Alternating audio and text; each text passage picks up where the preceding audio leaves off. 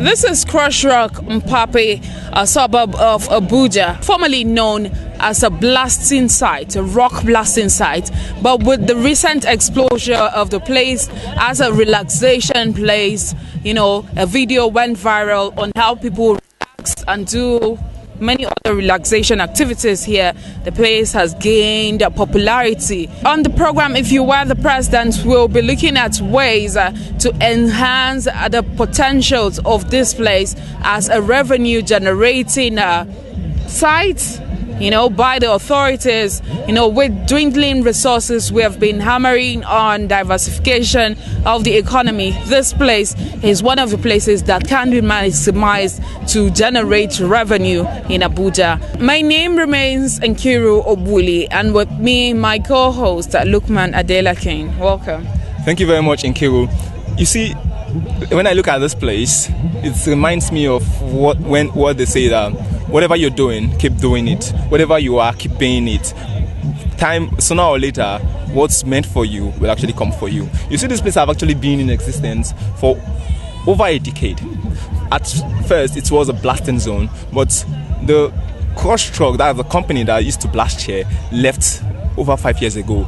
And people actually come here just on individual levels to come have hike and all of that. Even I do yoga here.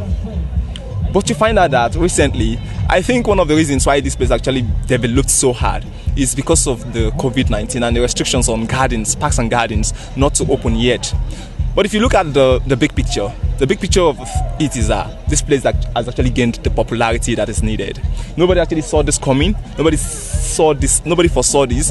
This place is just like one of the guests we actually had on the show says, it's like a diamond in the rough. So now we're actually capitalizing on the idea of this place becoming a very beautiful place for tourist attraction. You find out that people come here. I've heard from people who come from Lagos just to come visit this place. Yeah? Yes. People come from Lagos to come visit this place. People come from all different places in Abuja just to come have a nice time here. Different places in Nigeria too. So now, how can the government actually capitalize on this? These places have been discovered by individuals themselves. So how can the government come into play and make sure that we capitalize on this? And actually, this is part of diversifying the economy.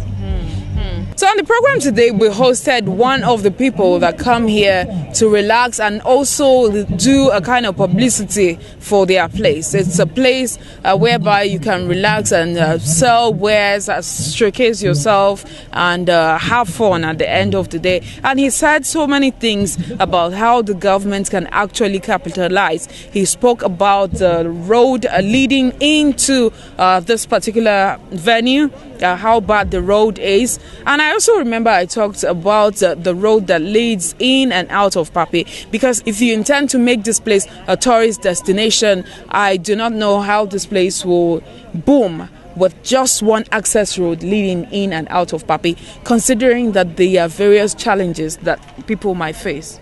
Personally, I think Mpape has been abandoned over time, because if you look at the environment, it houses a whole lot of people. The population is massive. And you find out that people are actually coming here on a daily. If you come out from Mpape and you walk in town, you come out in Mpape and you want to go to town to work. Before you actually get yourself out of Mpape with the hold up and all of that, it's going to take you almost an hour. Instead, maybe you take a bike and go a far distance where the hold up has actually reduced. So the road is going to be a very big challenge. But one of the things I actually think that will make it be a very big challenge is because most of the time people come here is usually weekends, Saturdays and Sundays. So Saturdays and Sundays, the road is not usually busy like as it used to be during weekdays. So Saturday and Sunday is a fair time. But I still think that apart from the expansion of the road, there could be another road leading to Mpape. That's now part of the government's job to do. Because one of the things is that if you look at some of the things that you need to develop to make this place work, they are very, very many. A lot of them. And even Mr. Ugo made mention of, apart from the road network, he talked about protection fence. Because if you look at this place, the water is very, very big and deep. You can't risk people falling into this water, because some people just come here to have fun, some people come here to have a nice time and drink and all of that. Somebody can actually want to play, and you know how people are, you just want to explore or for adventure's sake and just jump into the water, but it's not, the risk factor involved is very high.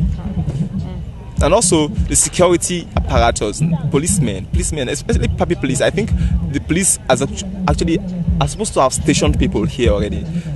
Policemen, like at least 5, if not more than, to actually monitor the movements of people and make sure that everybody that come here are having the fun they are supposed to be having. That might be a problem because the government is not involved, and so who is posting the policeman? Who accounts for a policeman that comes here, and under whose authority is the policeman who is sending him? And so this is where I think the government needs to come in, so that relevant security agencies can also come in and monitor what's happening. But first of all, let's take you to the first interview segment I had with Mr. Ogoya now, where he spoke extensively about what this place is all about and how we can maximize the potential of this site, Crush Rock. Stay tuned.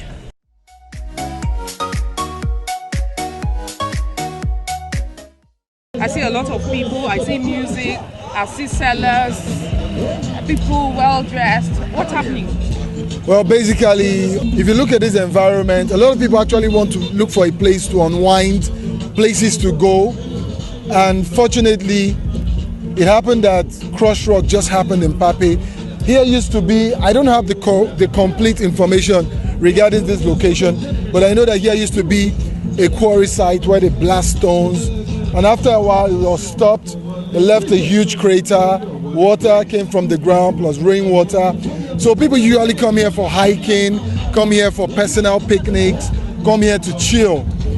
So recently, you know, people have been taking videos and pictures, and it went viral and started attracting a lot of people here. So Saturdays, Sundays, mostly weekends, people come here with their drinks, food, their music player to come sit down and chill. So you said it went viral, the video went viral. Talk about this place as having tourism potential. You know, by the grace of God, I've been opportune to travel to a few countries, and I've been to a few countries who, I'll talk about my experience in Gambia, Kenya, Ethiopia, Ghana. Now talk about the Middle East. These are countries that make a lot of money from tourism. So if you are a good traveler, if you are someone who I call someone who has the eye of a tourist, when you come to a place like this, it reminds me of the likes of Grand Canyon in the US. It reminds me of a place in Kenya, Naivasha, Crater Lake. You know, it reminds me of a lot of beautiful places around the world. So having a place like this, it's a huge tourism potential. We are sitting on a gold mine. Abuja is a place that doesn't have much of water. So having like a lake view here, you know, where you could sit down, put your tent, put your mat. The ambience is beautiful, the wind, the landscape, good for photography, music videos, picnics, you could name it. So this is the tourism potential, a huge tourism potential, but it needs to be properly developed. You know, it needs to be properly secured in terms of proper landscaping, in terms of sanitation, you know, in terms of bringing, you know, key stakeholders who can come and try to make this place look beautiful so it can attract more people to come stay, feel safe, and have a beautiful time. Okay, this is Mpape, a suburb of the Federal Capital Territory, and we know the problems that abound in Mpape. For instance, we have just one road network leading in and out of Mpape. So how will this now be? How will it be developed into becoming like an international tourist site with just one road leading in and out of Mpape? Well, it's not about one road leading in and out of Mpape. What are we doing about the one road? If you look at the road, first and foremost, the road is very bad. Some portions of the roads getting towards the New Market Junction down, you begin to experience very bad road. And the road leading to this place is very, very bad. So talk about that. And by the side of the road, you have a lot of people, hawkers, petty traders, bike, and all these people, causing I don't want to use the word the nuisance, but they kind of reduce traffic on the road. So if the road is bad, you have a lot of people putting their wares, bike guys, keke guys, around the roadside, even cab guys, obstructing traffic. Definitely you're going to have a serious issue trying to come here. So you have to solve that problem first. Then the road leading to this place itself, it's very bad. This place is very close to a lot of slums. You see a lot of slums here. And there's a question of also security. So what I'm trying to say in essence is that here needs to be properly structured, managed. It's not just the Crush Rock, because this is the tourist destination, but access to the tourist destination needs to be conducive. It needs to be a jolly good ride, so people can come in, feel safe, enjoy the ride, and continue to project this place to the public. Not just the public, internationally. We can also showcase it internationally. But what are the ways that we can actually generate a lot of revenue, considering that the economy is suffering a decline that has, for years now, it has never suffered this kind of decline. And we are trying to diversify to other economic sources that can enhance our economic strength in the country. So what are the ways that money can be generated here? Well, basically, first and foremost, like I said, there are a lot of organizations in the private sector. If you want to get things like this right, you have to give it to the private sector. Look at what the private sector have done in the cinemas, malls. Give it to a private sector organization, the private sector player who will come here. They need to structure it, because if you look at this place is very close to properties that are owned by people. So they need to structure it. Let there be one or two entrances to this place, one entrance, one exit. It should be properly, I would say yes, some kind of perimeter fencing, so that it can be, people could pay as little as 100 naira to come in. The parking lot needs to be well structured, so people could pay for them to park.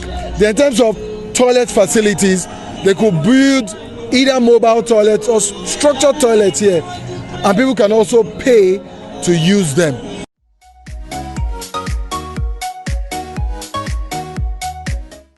This is what we are talking about. Tourism is one of the ways we can maximize and generate revenue for the Federal Capital Territory. This is a huge gold mine if well explored. You listened to that interview with Mr. Ogoyana, and he talked about how the private sector can come in. I was initially looking at how the government can come in, but Ogoyana is of the opinion that the private sector can come in and manage it and maximize, because a private sector person will do it in such a way that monies will be generated, a lot of monies will be generated. Well, we won't say that government is incapable of doing that, but we know that businesses thrive more in the private sector hands. Yeah, I wouldn't doubt that. But one of the things I think is that when the private sector comes in, it gives room for more high employment opportunities for people, especially residents of Mpape. People wouldn't be loitering around looking for how to carry bags. There are people there to help them carry bags, like the parking space being created, and there are people in charge of that. So both the government and the private sector can actually collaborate. Like from my interview with him, he talked about the Ministry of Culture and Tourism creating a think tank of maybe 18 men to actually take a look at this place, survey this place, and know what are the things that needs to be put in place. Talk to the people of Mpape, talk to the people that come here, what are the challenges they face, what are the things they actually enjoy about this place. And also, there can be ferries going through the water as long as there is protection of people, because one of the responsibilities of government is the social welfare of its citizens. If you cannot look out for your citizens, then that's not a government. So as a government, you're supposed to be able to look out for your citizens, whatever they are doing. That's why I think that it is a must that the government must actually look into this place and make sure that they work on things and put things in place to make sure that this place works. You find out that there are people who own lands around here. over time, this place will develop, and people will be living around here. You don't want a situation where this place will actually enjoy this popularity for a very short time, and you find houses all around here, covering all the beauties of this place, and then you no longer enjoy coming here as a place for tourist attraction. You get? So what if these lands, because I hear, of course, we see buildings, foundations are being raised. What if these lands have been given out? How does the government go about not for people not to build, and you say the beauty of this place is no longer there because people cannot access it? Let's take, for instance, demolition. You find out that in developed places, like in other places in Abuja, for example, you find out that there are bulldozers going into demolished buildings that are not in places they are supposed to be, and sometimes government officials actually give them compensation. So if someone owns a land here, you can compensate the individual and tell him that this place is going to be used for a greater good of everybody. So the person will understand. That's just natural. But if you allow it to linger for too long, then it will be more difficult, because as it lingers on, the more difficult it becomes. Because even for my interview with Mr. Ugo, focusing on this place is not just the issue.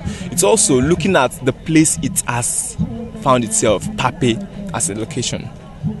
Because if you don't look out for Mpape, there's no way you can look out for this place well. So if you find out that people want to come here to have a nice time and the road is very bad for them to locate this place, one of the things I tell you is it will actually enjoy the popularity, the fame for about a little while, and then everything goes back to normal.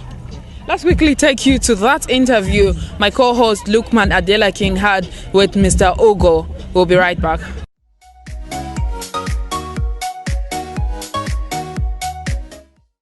Okay, Mr. Ugo. Yep. It's one of the major challenges here. You mentioned security challenges. So let's assume you're in a position to actually manage the security apparatus for this place. What would you be actually putting in place? Well, as a concerned stakeholder, you know, I've already spoken to the police. You know, when I mean security, I'm not trying to like cast aspersion that people are being attacked, and no. What I'm just saying in essence is that security is not just about lives or property. You know, people always want to come to a place and they feel safe. You know, you park your cars, not just telling any random person to watch over it, but somebody that can be held accountable. If you go to a mall and you park your car, or to some buildings of some facilities and everything like that, what happens? You know there's someone who is collecting the toll for you to pay for and everything like that. You know, so you know that there's some sort of accountability that this person you're going to pay a ticket, is watching over the car. Then there are closed circuit cameras. But when you come here, there are a lot of young boys, and particularly a lot of young boys just trying to make a living for themselves. So they want to watch over your cars, they want to carry your stuff. But you don't know them. Okay, you don't trust them. Let's take a look at the environment from this angle. What if the upsurge of people actually coming here, trooping in, is because of the bans on gatherings and other public places for gatherings because of the COVID-19? What if that is just the reason? What if after COVID-19 this will not actually continue? That won't be possible, because what you should understand, here has its own unique selling points. But it's not been selling since. Well, it's not been selling because let me give an instance. If you remember the girl who trended, the bread seller, Olajumoke, she just photobombed into a known celebrity's picture, and now she blew overnight, and she's still not just enjoying the fame, but her life took a 360. So it's just like a talent. Here's I call it a diamond in the rough. It hasn't even gotten to 10% of its capacity. Thank you. Now let's get up to about 80 or 90% of its capacity. What are some of those areas you think we can actually improve upon? Because sometimes fame preceding proper management can actually be very, very difficult to manage. And considering the situation we find ourselves in Nigeria, where tourism is not a very, very vital point of focus for people in economic positions. What are some of the things you think will be put in place to actually make sure that this place actually lives up to the reputation it's actually building for itself? Like, you should understand that the tourism sector needs to look at this place. Here should be captured as one of the places you must visit. In the last week, I've been having a lot of meetings and conversations with my friends abroad. My sister-in-law, she's South African. She'll be coming in December. She wants to be here. My friends in the US want to be here. My friends in the UK want to be here, and everything like that. You see, everybody wants to be here, but not everybody. Some people are looking while some are seeing. You understand? It takes someone who's enlightened, someone who appreciates nature, to be able to appreciate this kind of place. We have lost a picnic or sit out is unique because it's for everybody. You understand? You come with your family, with your friends, you bring your drinks, there's no restriction. The children, your husband, wife, girlfriends, you come, you sit down, you have that kind of family setup. In the morning you can come here, do your light workouts, you could hike here, do a lot of activities here, morning, afternoon, night. Here can even maintain like a 360, like at night it could happen. Also, this is a water space. It will be so beautiful to see ferries that could take you round for a token, 500 naira. Proper safety procedures, life jacket, life buoy. It will generate employment. How about the dangers of actually falling into this water? No. See, it's a very Yeah, that's what I'm telling you. I talked about perimeter fencing. There are ways here could be fenced. And over time, people will always come here for different purposes. So here, the legislation on tourism, or the government needs to, channel a lot of energy here. Abuja doesn't have a lot of places to go. Apart from the cinemas, apart from the Jabi Lake Mall, the waterfront, this is another place. And it happens to be in an area whereby you have both the middle, lower class, and a few upper class people living. It's going to bring a lot of traction here, business interest here, traffic of people here. Imagine having a hotel here, a guest house where people could come here in the morning, do their fitness, just come here. You could write a book here, write a song here.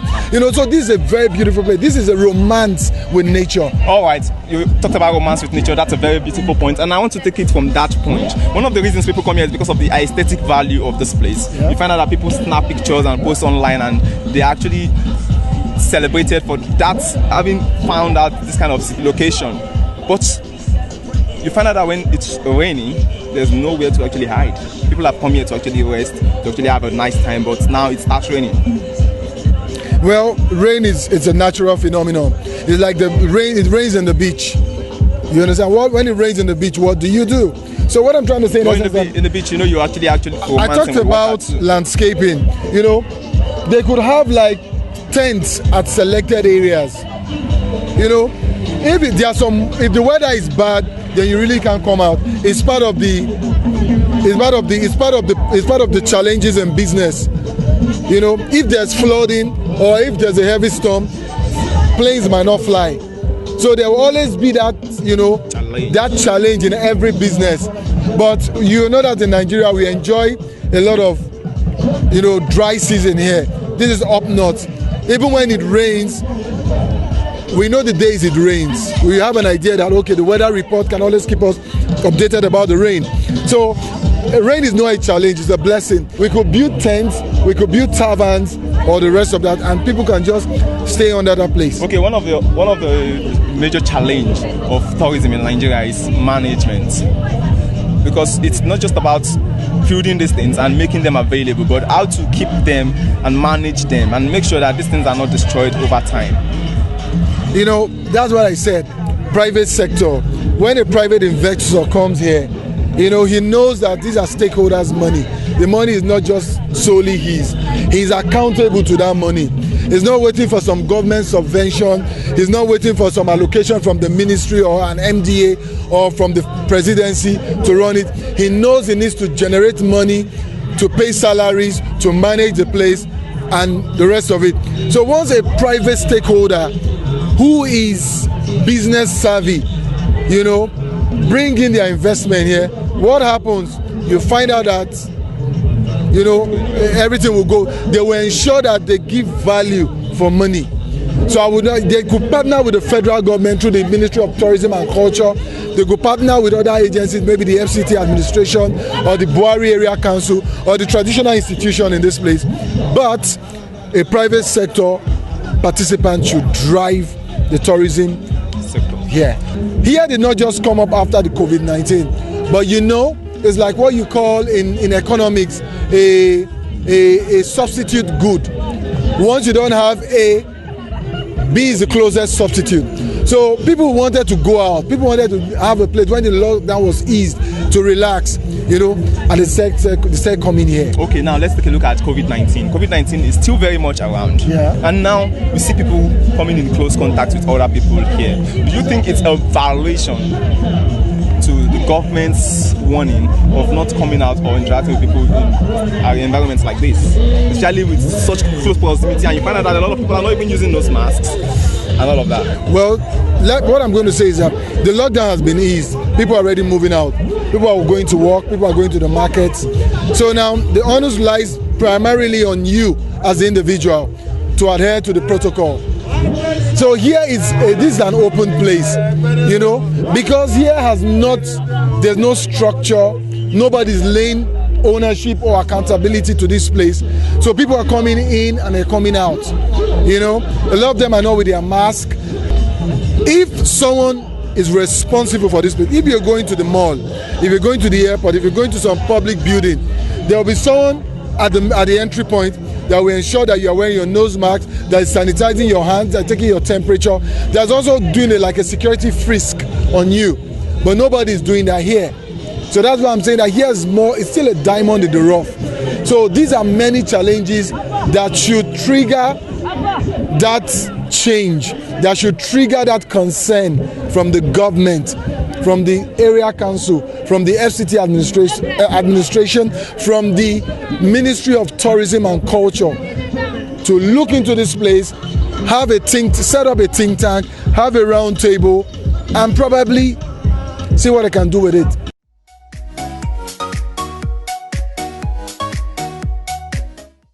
You heard a lot of things there. I tell you, one of the biggest quote of all time is that ideas rule the world. And to develop this place, I believe ideas are what we need. If you have ideas you want to share with us on the program on how government can actually help to develop this place, call the numbers on your screen or send us a text message or even a WhatsApp message. We'll always communicate your opinion on the program. It's been an awesome time, a beautiful time on the program. My name remains Lukman Adelakin, and with me on the program has been Nkiru Obuli saying bye for now. Bye.